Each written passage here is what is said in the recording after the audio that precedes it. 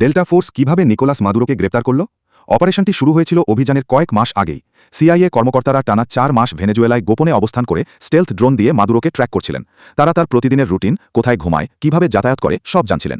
শেষ পর্যন্ত তারা মাদুরোকে খুঁজে পায় ফোর্ট টিওনা নামে একটি বিশাল সামরিক ঘাঁটিতে, যা কারাকাসের দক্ষিণ দিকে 5000 সৈন্য দ্বারা সুরক্ষিত। 3 জানুয়ারি অপারেশন শুরু হয়। একটি নৌবাহিনীর জাহাজ থেকে 11টি হেলিকপ্টার উড়াল দেয়। সেখান থেকে তারা প্রায় 10 মাইল স্থলপথ অতিক্রম করে ঘাঁটির দিকে যায়।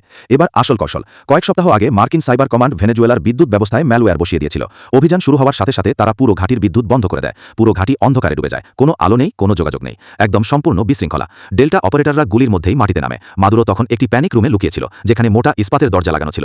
দলটি বিস্ফোরক চার্জ এবং বাজ ধাতু কাটার শক্তিশালী যন্ত্র নিয়ে এসেছিল দরজা ভাঙার জন্য। তারা দরজা উড়িয়ে দেয়, মাদুরোকে ঘুমন্ত অবস্থায় বিছানা থেকে টেনে বের করে হাত করা পড়ায় এবং চোখ বাঁধে। এদিকে একই সময় আমেরিকার 150টি ফাইটার জেট ভেনেজুয়েলার বিভিন্ন সামরিক ঘাঁটিতে বোমা বর্ষণ করছিল। এতে ভেনেজুয়েলার বাহিনী বিভ্রান্ত হয়ে পড়ে এবং কেউ সঠিকভাবে প্রতিরোধ করতে পারেনি। এরপর হেলিকপ্টারগুলো মাদুরোকে নিয়ে নৌবাহিনীর জাহাজে ফিরে যায়। একজনও মার্কিন সৈন্য মারা যায়নি। শেষ পর্যন্ত জানা যায় মাদুরোর খুব কাছের কেউ তার অবস্থান ফাঁস করে দিয়েছিল এবং সে পেয়েছে $50 মিলিয়ন।